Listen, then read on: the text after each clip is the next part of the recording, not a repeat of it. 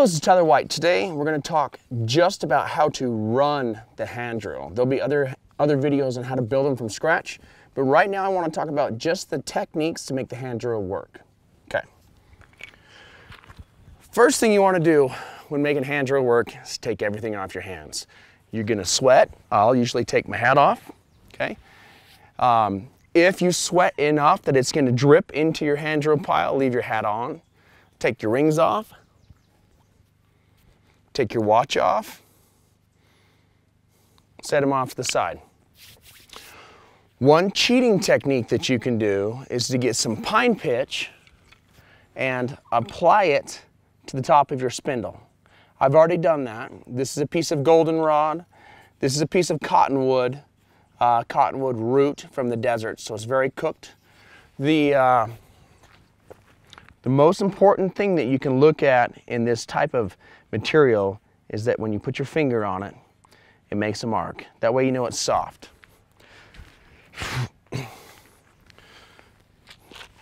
Be super careful not to get wood that's so soft that it becomes punky. When it's punky, the only way you can get your hand drill to work is to have a really big base and not push on it a lot. That big base helps with friction. Realistically, it's better just to get quality material to begin with than it is to try and start a fire with punky wood. Now, punk wood is great for flint and steel fire starting. When I say flint and steel, I mean literally a piece of flint or rock or chert and a chunk of hardened steel that has ferrous or iron in it. So, not to confuse the two. All right, so as you can tell with this hearthboard, I've made quite a few fires. Now, what I want to do normally before starting to even touch my hand drill fire from the creation is get a fire lay created. I will show you in another video how to create a fire lay. Have that set. Have your nesting bundle ready to go so that you can transfer the flame from your hearthboard that you're going to make to your nesting material to your fire. Right now, I'm going to concentrate on how to do the fire with just the hand drill, and we won't worry about the nesting material in the fire. Those will be done in other videos. So the first thing that you want to do is to create a burn-in spot with your hearthboard. With a bow drill, all you need is a notch and a pointed spindle, and it will fix itself. With a hand drill, the majority of the spindles that you're using have pith. It's P-I-T-H. What that means is they've got a soft center and a hardened outside. This material doesn't have pith in it, but it's still a little bit soft in the center. What I'm going to do to prep my spindle is this. I like to create little ridges on the tip of it. This gets rid of any material that has been glazed. Glazing essentially creates sheets of carbon that are slick like graphite, and that lubricant will not help you in creating friction. Then I like to take the tip of the knife and just kind of spin it right down inside of that. So what we end up with is these little ridges, kind of like a wrench, and this little piece spinned out of the center here. This keeps material from building up and spinning on it, and these sharp edges create friction because initially as we start, we don't want to compress our soft wood and create something slick. We want to cut it. That cutting action will create this brown powder. As the brown powder builds up, we'll increase pressure, not so much speed, slightly increase speed, but mainly pressure. And that will cause the powder to darken. You'll initially see smoke on the top, and then as you keep going, you'll start to see smoke come up from the bottom of your punk pile. So the goal is cut first. You'll hear the sound go ch ch ch instead of ph, ph, ph. When you hear that ch ch ch noise and you feel the grinding, you know you're cutting. If you're not cutting, take a break, redo the tip of your spindle, maybe add a little gravel or sand into it as long as it's not wet. That will cause it to cut appropriately. Okay? Lastly, the next thing that I'm going to need is something to hold my ember. This is not very big, but it will work for the demonstration purposes for what I'm going to do right now. So, I've got my spindle a little bit thicker than, or my hearthboard a little thicker than the spindle. I'm not going to put it right against the edge. I need to have it in far enough that I can do this without blowing these little pieces out. every once in a while, if you get too far, like I did right here, you blow those chunks out and it won't work. So let's get this burning process started. Twist it there. Now I'm grabbing the knife high, so I have a lot of control. I don't have my other hand underneath it. And I just turn the hearth board so that I can protect myself. Okay. For this burning process, all I'm going to want to do is to get it started so that it will hold my spindle, and then I will cut my notch. Now, what I like to do is to use my left foot at the arch, just short of the spindle here. You don't want to be clear out here. You don't want to be touching it. You want to go just short. What this does is it gives me the ability to control the pitch of the hearth board. And it lets me move it back and forth so that I have even pressure on all of the circle and I'm not grinding in. Also, if I have some sort of hardwood in the middle and softwood on the outside, I will be able to pitch forward and kind of grind into that hardwood to keep my spindle from sneaking out the hole. The other thing, and this is probably the most important thing, is body positioning, okay? I kind of do this Captain Morgan type thing. Got a 90-degree angle on my legs. My weight is up. I'm not sitting down on my back heel, and I can lean forward. What this gives me the ability to do is to constantly put pressure down and constantly be above the hole that I'm creating. Okay, there's two techniques here. There's the hand floating technique, and then there's go down and pop back up. I've never seen or heard of any primitive tribes that do the hand floating technique, but it still works and I like it. I watched the indigenous Métis in the jungle use the second technique, which essentially looks like this. Your hands are rigid. I'm going down from pointy finger to the palm using the full length of my hand so that I get nice long strokes, okay? Now what they did is they just went back and forth until they went to the bottom. They grabbed it, reset, come up. For now, and as an example, you're gonna go from the tips of your fingers to the palms like that. So for now, if you don't know how to float, just use rigid hands to keep downward pressure. Stop, reset. Rigid hands, downward pressure. Stop, reset. You'll also want to use a much larger spindle than this one.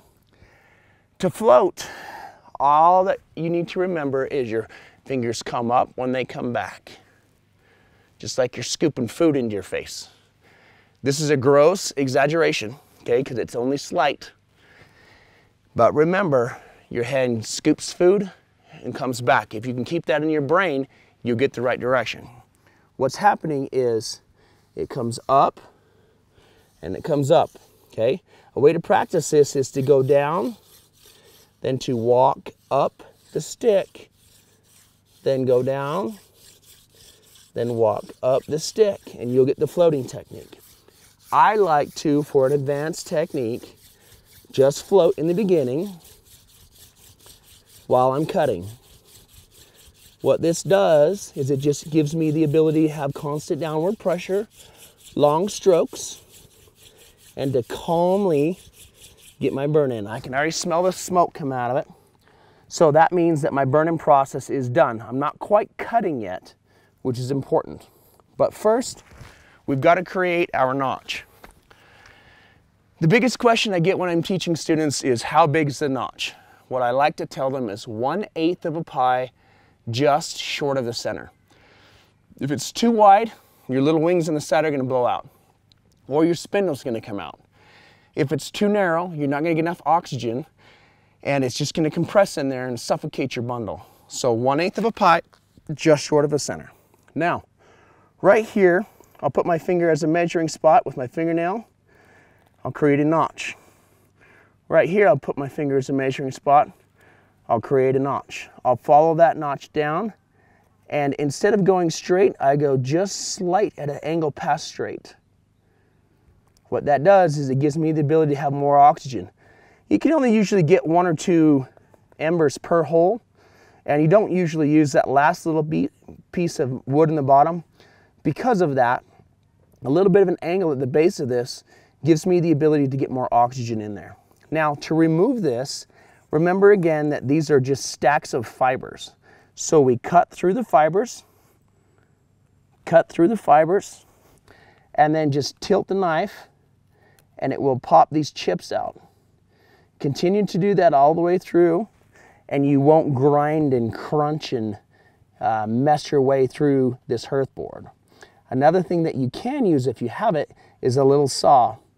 Those little Victorinox saws, those little Boy Scout Victorinox saws, they work great, and all you need to do is just don't overdo it with the saws because they have a tendency to kind of get in there and blow out the internal piece. So remember, you're cutting it at angles so that you don't over remove material. Another thing I like to do is kind of slide down the ramp of it, and that helps me to carve my way to the bottom when I get towards the bottom of the hole instead of busting the chunks out like I was initially doing. And that keeps me again from overdoing the hole. Because a lot of times the new people that I see do this will make their notch way too big. Then their spindle falls out and they got to start over. And that's the key. If you fail, start over. Okay? They always ask me, when am I done? Well, when you have a fire, you're done. Until then, you're not. And if you need to take a break, take a break. But until you have a fire, you're not done. Okay, now it's time to bust the coal. We've got our burn-in done. We've got our notch done. I added just a little bit of gravel to start it out, kind of get it cutting.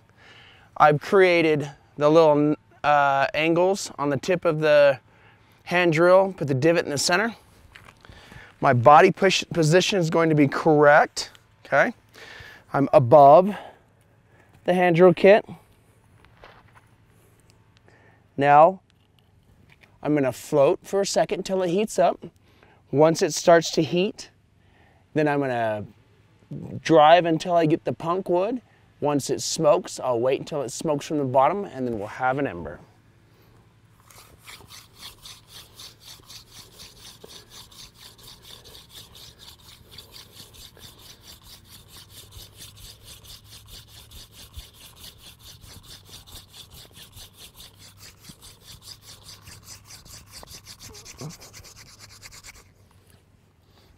Switch my feet here.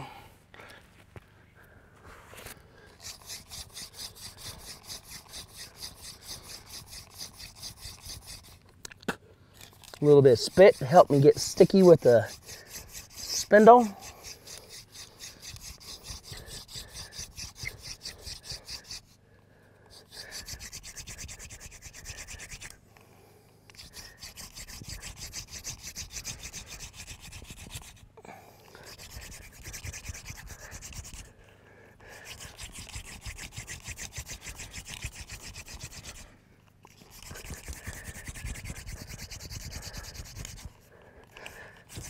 Got smoke coming from the bottom.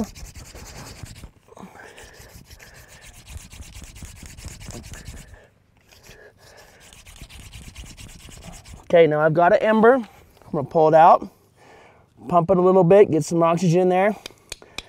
If you tap the hearth board, it will separate the hearth board from that hot ember. Pull it out. Try to put this someplace dry. I try to keep it off the ground. The ground here is rock, so it's incredibly dry. But that's how you run a hand drill. Set it up properly, get your weight above, float, pressure. Once you get your ember started, a little more punk, continue there, and eventually you'll have a coal. Now you transfer this coal to your nesting material that we talked about earlier, transfer it to your fire lay, and you're good to go.